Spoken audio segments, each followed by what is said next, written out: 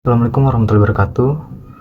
Nama saya Mahendra Desa Putra, NIM saya 2212045. Di sini saya akan menjelaskan bagaimana sistem pakar dapat mempengaruhi dan berguna pada diagnosa penyakit ibu hamil.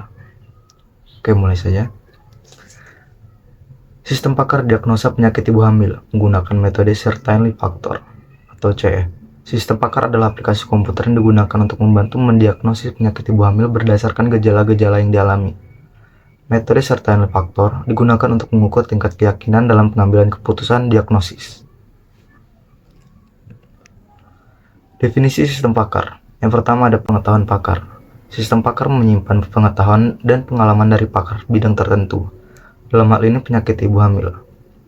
Yang kedua ada inferensi logis.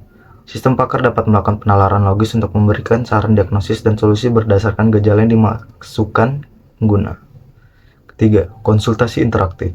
Pengguna dapat berinteraksi dengan sistem pakar untuk memperoleh rekomendasi diagnosis dan solusi penyakit ibu hamil. Lalu, ada metode Certainty Factor. Pertama ada pengukuran keyakinan. Metode CF digunakan untuk mengukur tingkat keyakinan atau kepastian terhadap diagnosis penyakit ibu hamil berdasarkan gejala yang ada.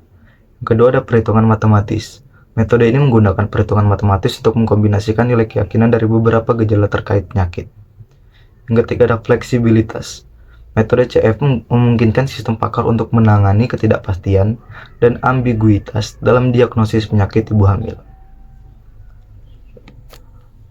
Lalu, ada aplikasi sistem pakar untuk diagnosis kesehatan ibu hamil. Yang pertama, identifikasi gejala secara akurat. Sistem pakar dapat membantu ibu hamil mengidentifikasi gejala-gejala penyakit yang dialami dengan tepat. Yang kedua, diagnosis penyakit yang akurat.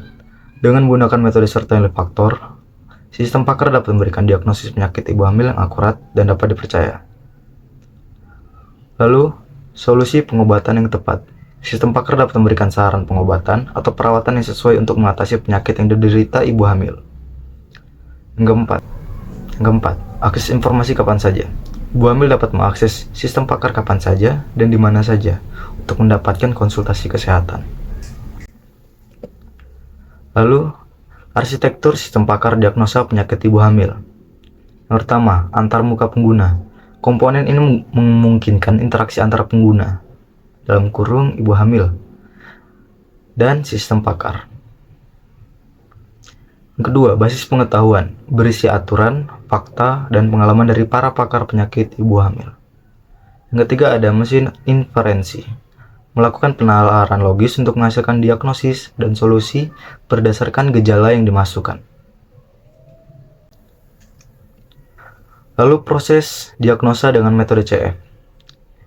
Yang pertama yaitu adalah identifikasi gejalanya. Pengguna memasukkan gejala-gejala yang dialami ibu hamil.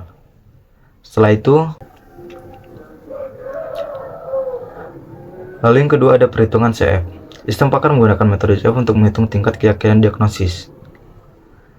Nilai Certainty Factor atau rule diubah menjadi nilai CF.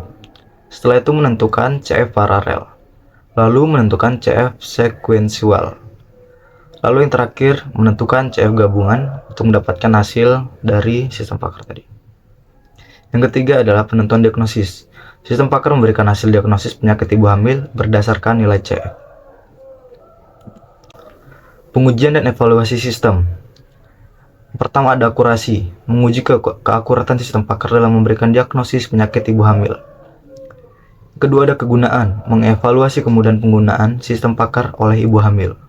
Ketiga, kinerja, mengukur kecepatan dan efisiensi sistem pakar dalam memberikan hasil diagnosis.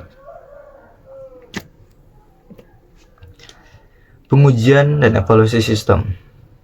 Yang bagian 2. Detail mengenai flowchart sistem pakar diagnosis penyakit ibu hamil adalah sebagai berikut. Saat memulai, Anda akan menekan start dan menandakan program dimulai. Setelah program dimulai, maka akan ditampilkan data gejala penyakit. Yang ketiga, user memilih gejala yang dirasakan. Keempat, gejala yang telah diinputkan user akan dilakukan dan diproses pembentukan rule base, di mana rule base berguna untuk mencocokkan data gejala dengan data penyakit. Yang kelima, Apabila tidak ditemukan gejala yang sama dengan data penyakit atau hanya ditemukan satu data penyakit, maka proses tidak dapat dilanjutkan ke proses perhitungan. Namun jika ditemukan gejala yang sama lebih dari satu, maka proses akan berlanjut ke proses perhitungan sistem. Yang keenam, sistem akan melakukan perhitungan nilai CF secara keseluruhan dari gejala yang ada apa rule base. 7. Dari hasil perhitungan nilai CF dari masing-masing penyakit, maka akan dipilih nilai CF yang terbesar, di mana nilai maksimal tersebut merupakan hasil dari diagnosa penyakit menurut gejala yang diinputkan user. Yang kedelapan, saat hasil akhir dari perhitungan CF selesai, maka program akan berhenti. Kesimpulan dan saran. Pertama, ada kesimpulan. Sistem pakar menggunakan metode certainty factor dan dapat membantu ibu hamil dalam mendiagnosa penyakit secara akurat dan efisien. Lalu ada saran. Perlu adanya pengembangan lebih lanjut untuk meningkatkan fitur dan kemudahan penggunaan pada sistem pakar ini. Oke, saya rasa hanya segitu saja penjelasan dan presentasi tentang sistem pakar menggunakan metode certainty factor pada ibu hamil. Terima kasih. Assalamualaikum warahmatullahi wabarakatuh.